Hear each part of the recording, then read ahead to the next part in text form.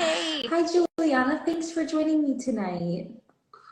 Oh, it's my pleasure. Thanks so much for having me. I'm looking forward to chatting about nutrition with you. Yes, I know so much about you already, actually, but I'd love for you to share with our viewers and everyone who's going to tune in later on just a little bit about yourself and really where you are now.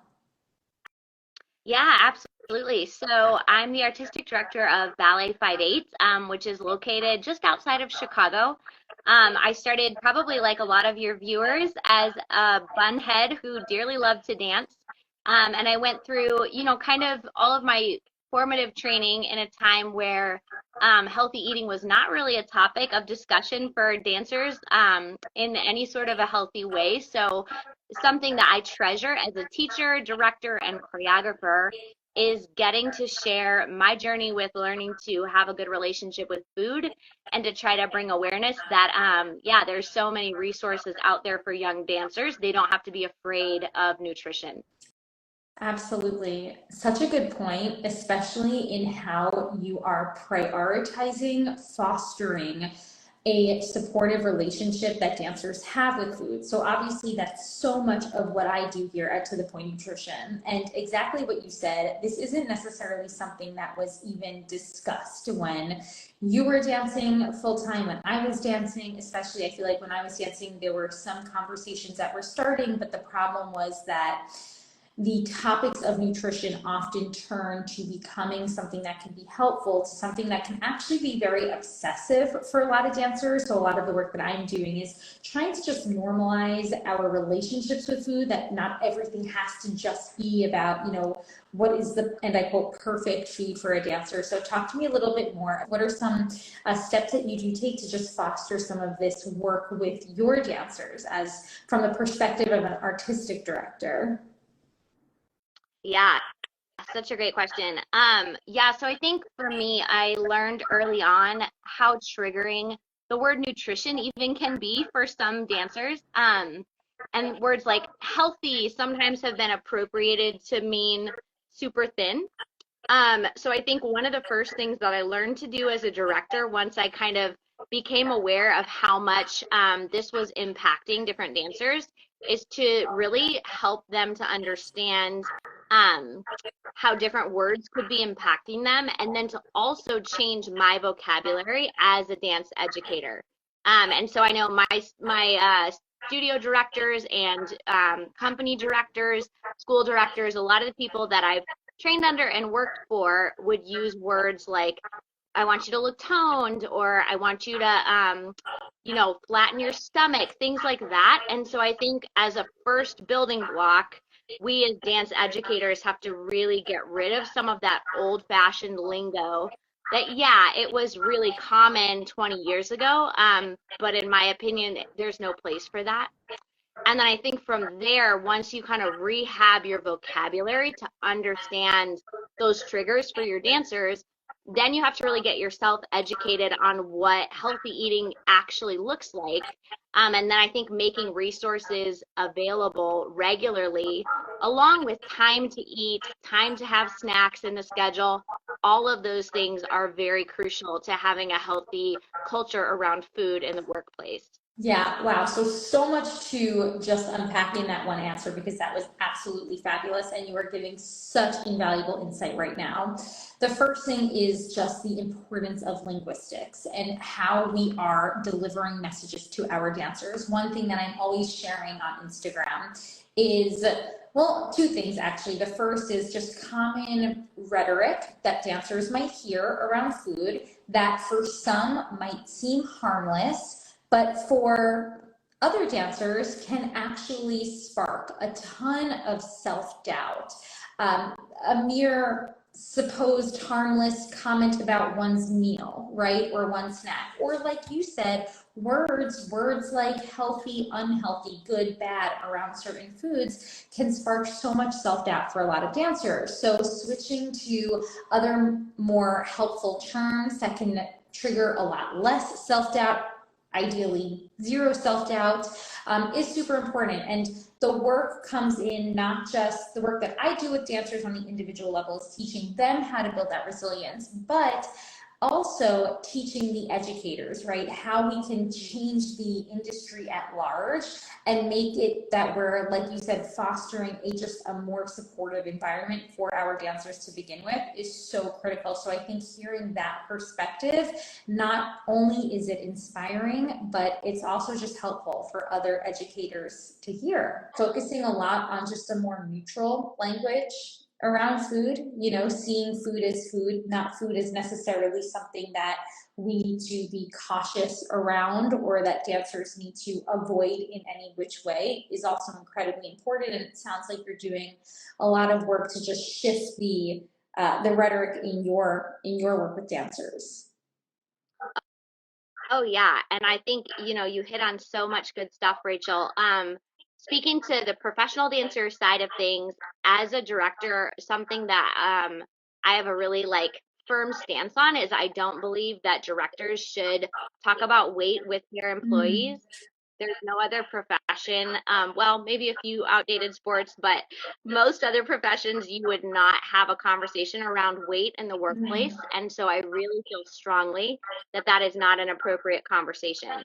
And I know that's like pretty far on one side, you know, for some of my fellow directors out there, that might sound a little bit extreme.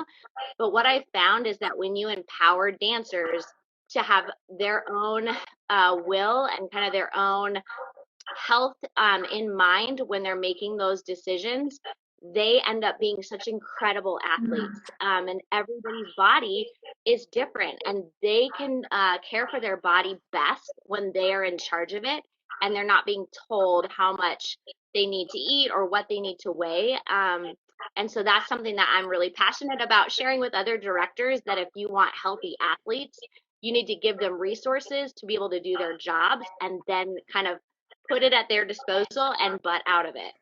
Yeah, which actually brings me to two incredibly important points that you're touching on right now. And the first is challenging norms. I think that a lot of establishments will easily fall into habits, you know, think going back to that rhetoric of how we describe food, right? The word clean, huge word of the 2000s, early 2000s and 2010s, right? But we've come to learn, even during those times, that a lot of clean eating and clean eating rhetoric can really exacerbate obsessive tendencies, what I see for dancers, right? So challenging the norms, challenging what was done in the past is hard for a lot of establishments and a lot of educators and a lot of dancers. And I think hearing that not only is it important to do this, but it's possible and it's something that we should be doing, again, just goes back to being incredibly inspiring. And then also taking the responsibility and providing those dancers with the resources, right? Providing those dancers with the connections to dietitians, mental health therapists, to get the resources that they need to then further help them flourish as athletes. So incredibly important. Absolutely. And it really is amazing because, you know, athletes want to do well. They want to be good at what their craft is. And dancers are certainly high on that list of people who want to do well. And so I think trusting dancers more, particularly when it comes to their own body, is really essential to being a good director who is able to support in a healthy way rather than adding excess pressure to a career that's already difficult enough. Yeah, absolutely. One other thing that you mentioned earlier was offering the time to have meals, to have snacks. This is something that's very challenging for so many of the dancers that I work with. I will say, I think it's more challenging for the dance students and the pre-pros that I work with than the pros. I find that once we get to the professional level, uh, for the most part, not every situation, but for the most part, there seems to be a little bit more of the ability to have these breaks and take these times. But when we're students and when we're pre-pros, it's harder. I know a lot, especially coming from our summer intensives, a lot of pre-pros will take their lunch breaks to go practice, to rehearse, whatever it might be. So just talk to us a little bit about how you, as, again, from that administrative role, take it upon yourself to make sure your dancers have the accessibility to prioritize their nutrition and their food? Oh, yeah, such a great question. So, one thing that we try to instill all the way when our dancers are like 9 years old, 8, 9 years old, just starting ballet, is we encourage them to eat a snack right before dance, like 15, 20 minutes before they come to class. And so we really try to help educate parents and students. Hey, I know you're coming from school or whatever it is, and you're running to dance. We want you to try to eat, just a little bit of trail mix or a cheese stick or a thing of yogurt 15 to 20 minutes before class. So that's kind of our first step with our young dancers. And then we also encourage them to eat a full meal after dance. And so I think really just giving those clear, simple steps when they're young helps to form very good habits. And it helps the parents to understand their role, because when you're 8 and 9, mom and dad are helping a lot with their dancers' nutrition. And then from there, with the older dancers, I try to be really vocal about encouraging them to eat their snacks. My staff team does a really good job of, saying, hey, we have a 5 or 10 minute break between ballet class and rehearsal. Make sure you get your snacks, and we have mid-rehearsal breaks where we'll remind the dancers, hey, have you had a snack in the last, hour, 90-minute block? So I think being really vocal about that and providing those opportunities to eat is very crucial. And I credit my staff team. They do such a good job thinking through that. And really they've helped me to even understand that better. And I think it's been such a healthy culture to see that build over the years, and to watch as the younger teachers even have recognized the need for even more frequent breaks. And so I've loved learning alongside them in that.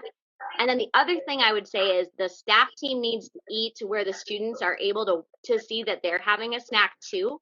There's nothing better than leading by example. So I try to eat my lunch or my snack in the common areas at least a few times a week, so that the dancers also see me feeding my body and fueling myself, so that they see that it's not only something we say, but something that we do. Absolutely. Yeah. So modeling behaviors, so incredibly important, especially when we're, as I say, fostering the healthy dancer. On that note, also, I always love to cover the redefinition of how we are embodying what the healthy dancer means. And you've spoken already so much and so beautifully around how challenging the status quo is incredibly important, especially from the administrative perspective, to help set new standards, right? Standards that are most importantly going to support the sustainability of all of our dancers. I would love to hear from you about how you, now taking all of that information, really redefine what it does mean to be the healthy dancer. Yeah, I think being a healthy dancer means being someone who understands the need for rest, the need for rejuvenation, the need for strength training, and then, of course, the need to fuel appropriately as an athlete. I love stories like Michael Phelps in the Olympics, I think was eating like 12 egg omelets or something crazy. And to me, that's the epitome of a healthy athlete, somebody who understands the demands of their work, and is fueling appropriately and fueling for that top performance. And I love to see dancers that are full of energy and life on stage. And that's only possible when you're taking care of yourself in a well-rounded way. And so I've loved watching the community at Ballet 58 work on that together, and we challenge each other, and we keep helping each other learn more and more how to rest, how to strengthen, and how to fuel in ways that are appropriate to the level of athleticism in our craft. And I think, like you were saying, letting go of those status quos, letting go of some of those old idioms of ballet has been so freeing. And I've seen, honestly, our performance levels skyrocket with some of those changes as we have adapted to a better new normal. As healthier people, I've also seen the level of our athleticism and of our artistry climb over the past 12 years. Yeah, absolutely. I mean, as you said, there's no way that's going to happen if dancers are just not taking care of themselves. And because so many dancers, and because of the lifestyle of dance and needing to put so much physical effort into it, does unfortunately set a obstacles in of itself that make it challenging for dancers to intuitively honor their rest or honor their ability to fuel throughout their day, diminished hunger cues, maybe feeling amped up because of the adrenaline. So incredibly important that dancers remember that these tools are, like Michael Phelps, part of your training. You know what I mean? It is part of your training routine. And I always say having a very proactive approach in fueling your body, but also in providing your body with rest, in developing skills, coping skills, to help support times of discomfort, right? Whether it's audition disappointment, performance disappointment, all of this comes into play in how we are looking and redefining our individual healthy, right? Just as you said in the start of this conversation, all dancers' bodies are different, how all dancers dance are different, and it's so important that we foster environments that support that individuality.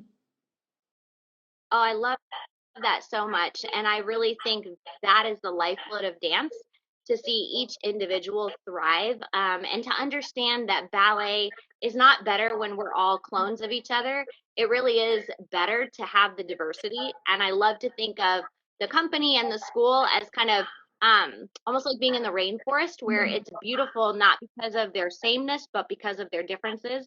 And that's something that I truly treasure. Yeah, that is beautiful. Everything you've shared with us tonight has been so insightful, not just for the dancers, but also for everyone on the administrative end, and which is not most of the conversations that I have on here, and that's why I was very anxious to get you on and to pick your brain about all of this. So, Julianna, thank you so much for sharing all of this beautiful insight with us tonight. It's my pleasure, Rachel. Thanks so much for all the work that you do, helping dancers to have resources. We just love what you're doing.